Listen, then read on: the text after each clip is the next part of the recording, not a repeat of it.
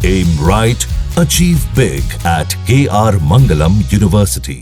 ऐसा लगता नहीं कि पाकिस्तान शांति चाहता हो, लेकिन देवेंद्र, जिस तरह से आज एससीओ में चीन में बैठकर सीधे डिक्लेरेशन पे साइन करने से मना कर दिया कि पहलगाम आतंकी हमले का जिक्र नहीं करोगे तो साइन नहीं होगा, डिप्लोमेटिकली एक बहुत बड़ा मैसेज पूरी दुनिया को दे दिया है। और उससे पहले ट्रंप की मध्यस्थता वाली बात को सिरे से नकार देना। बिल्कुल, ना सिर्फ पाकिस्तान के लिहाज से बल्कि चीन के लिहाज से भी, क्योंकि उस स्टेटमेंट में यही था कि भाई पहलगाम को पहली बात जिक्र करो, वो पहलगाम का नहीं कर रहे थे और इजराइल वाला कर रहे थे। उस पर भारत ने सीधे सीधे ऑब्जेक्शन किया कि भाई इस तरह से आप भेदभाव इसमें नहीं कर सकते, और अगर ऐसा करेंगे सामान्य जाफर एक्सप्रेस का कर रहे थे, हाँ, और इजराइल का भी उनका ये था कि इजराइल का हमें करना है। और उस कंडीशन में भारत का ये था कि फिर आपका स्टेटमेंट होगा, ज्वाइंट स्टेटमेंट तो नहीं होता, कोई भी एक सिग्नेचर करने से अगर इनकार कर दे तो ज्वाइंट स्टेटमेंट नहीं हो सकता। पाकिस्तान की स्थिति के हिसाब से अगर आप देखें तो ऐसा लगता है कि खड़ा है ईरान के साथ, बैठा हुआ है अमेरिका के साथ, लेटा हुआ है चीन के साथ।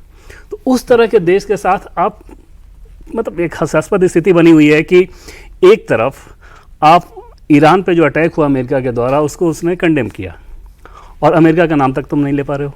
किसने हमला किया भाई, किसकी भर्त्सना कर रहे हो? अब वहां लंच करेंगे तो कैसे कर देंगे? पाकिस्तान के हाउस में अमेरिका के खिलाफ इतनी बातें बोली जा रही है, सरकार कुछ बोल नहीं पा रही है। तो उस तरह की छिछालेदार वाली जो स्थिति है जिस देश की, उसके साथ ऐसे ही निपटाया जा सकता है। और जो इंडस वाटर ट्रीटी को लेकर था, गृहमंत्री अमित शाह का आप बयान देखें, उसमें सीधे सीधे फिर से दोहराया उन्होंने कि उससे तो उस पर वापस जाने का सवाल ही नहीं पैदा होता। जिसके बाद भुट्टो ने स्टेटमेंट दिया था कि हम युद्ध करेंगे उसके बाद, अगर हमारी नदियां रोकोगे तो हम 6 नदियों और अभी पहला टेस्ट हो जाएगा पाकिस्तान की धमकी का, जब अमरनाथ यात्रा 3 जुलाई से जब शुरू हो रही है। तो इसमें अगर आप देखेंगे कि इसमें पाकिस्तान के तरफ से कोई दुस्साहस हो, इसके बारे में कल्पना भी नहीं की जा सकती पाकिस्तान में, क्योंकि उनको पता है कि अगर इस तरह का दुस्साहस हुआ तो फिर इधर से रिएक्शन कैसा आएगा।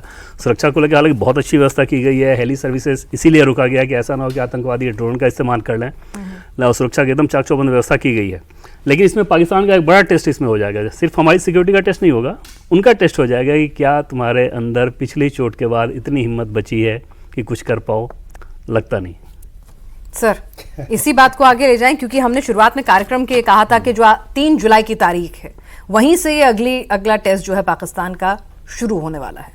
और पिनाज ऐसे है कि ऑफ सिंदूर जो हुआ और उसके बाद डेवलपमेंट्स जो हुई हैं और जो डिक्लेयर्ड पॉलिसी प्रधानमंत्री ने दिया कि कोई भी आतंकी हमला अगर होता है तो उसको हम एक्ट ऑफ वॉर मान के चलेंगे। और उसमें उन्होंने एक बात ये भी कही कि वो जो उन्होंने स्पीच दी थी इसके ऊपर, उसमें ये भी कहा था कि piece through power.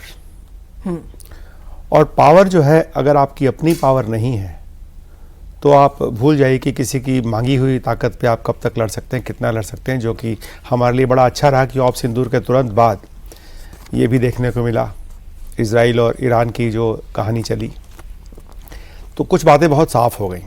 Parallel example एक तरह से बिल्कुल बराबरी का तो उदाहरण नहीं है, लेकिन काफ़ी हद तक जो लेसन्स लर्नड हैं दोनों तरफ के वो देखे जा सकते हैं। और उसमें यही बात निकल के आई है कि एक तो पाकिस्तान को हमने मान लिया है कि इसके साथ दोस्ती का बात करने का मतलब ही नहीं है। अगर दुश्मनी चाहता है तो हम दुश्मनी निभाएंगे, ये भी प्रधानमंत्री ने खुद बोला है। और दुश्मनी अगर निभाएंगे तो हम भी इस तरह की कोई पहले जो मॉली कॉडलिंग जो अंग्रेजी में बोलते हैं पाकिस्तान को करते थे, वो अब हम नहीं करने वाले हैं। तो डिप्लोमेसी का रास्ता अभी भी उनके साथ अख्तियार किया नहीं है। एससीओ प्लेटफॉर्म एक और कॉमन प्लेटफॉर्म था जहाँ पे कि एक अलग बात है, वो तो बिल्कुल अलग से। और 2017 में हमने भी और पाकिस्तान ने भी उस फोरम को ज्वाइन किया था। और मैं कहूँगा 2020 के बाद पहली बार 5 साल बाद जो है हमारे रक्षा मंत्री वहाँ पे गए हैं। तो पॉलिटिको डिप्लोमेसी के लिहाज से ये बहुत सही कदम था जो वहाँ पे उन्होंने दस्तखत करने से मना कर दिया कि ये स्टेटमेंट में हम दस्तखत नहीं करेंगे। यहाँ तक हमारा सवाल है, ये पाकिस्तान के टेस्ट की जो बात है, अभी जो थ्रेशोल्ड ऑफ टॉलरेंस जिसको बोलते हैं ना, जो एक सहन शक्ति की जो सीमा होती है, वो पहले कहीं हम न्यूक्लियर थ्रेशोल्ड को लेकर पाकिस्तान चल रहा था कि न्यूक्लियर थ्रेशोल्ड के नीचे हम कुछ भी हरकत कर सकते हैं, हमारे पास तो न्यूक्लियर बॉम्ब है। लेकिन ऑफ सिंदूर में ये दिखा दिया गया उसको कि नहीं, थ्रेशोल्ड वो नहीं है, थ्रेशोल्ड है ये आपका कोई टेररिस्ट एक्ट। तो जो अब ये दोनों देशों के बीच में जो कॉन्फ्लिक्ट का थ्रेशोल्ड है वो बहुत ही नीचे आ गया है। और बहुत ही नीचे आने का मतलब ये है कि इसको भी एक तरह से वेग रखा गया है, इसको बहुत क्लियरली बताया नहीं गया है कि किस तरह का हमला होगा, कितना हमला होगा, किस लेवल का हमला अगर होता है तो उसको हम एक्ट ऑफ वॉर मानेंगे। ये डिस्क्रिप्शन हम पे है। तो हम इस तरह से 2 लेवल पे इस बात को देखेंगे।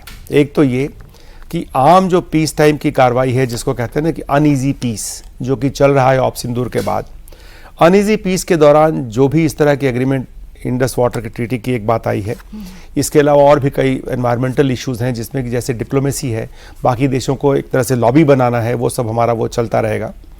इंडस वाटर में भी ठीक है, नहरें वहरें बनाने में टाइम लगेगा, लेकिन डीसिल्टिंग करना शुरू करेंगे, उसी से ही काफ़ी पानी रुक जाता है। और सबसे बड़ी बात यह है कि अगर आप वाटर के लेवल की और वाटर शेयरिंग की जो डेटा है, वो डेटा शेयरिंग ही अगर ख़त्म कर देंगे तो उससे भी काफ़ी नुकसान होता है।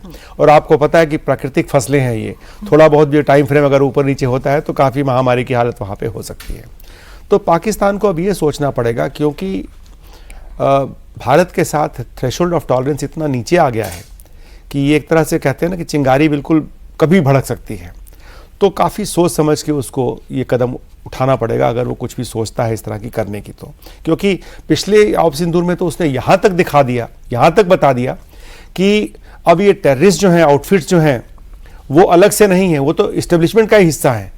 अब दुनिया उसको न माने या उसको न देखे, उसकी कहानी अलग है, क्योंकि ऐसा देखने में हमेशा आता है कि जो दिखाई दे रहा है वो जमीन पे नहीं है।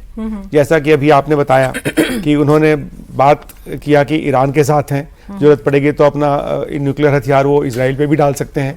उसके बाद ये स्टेटमेंट आई है ईरान के वाजिब से। तो ये बातचीत की कहानी एक अलग चलेगी और ज़मीन पे क्या चलेगा वो अलग चलेगा। तो मेरा ये मानना है बहुत अच्छे तरीके से कि पाकिस्तान अगर ये सोचता है कि सिर्फ उसकी जियो स्ट्रेटजिक लोकेशन को देखते हुए, सिर्फ जो उसकी दोस्ती है अमेरिका के साथ और चीन के साथ, उसके चलते उससे जो कुछ मिलेगा उससे वो अपनी एजेंडा को आगे चला पाएगा, वो समय अब उसका ख़त्म हो गया है।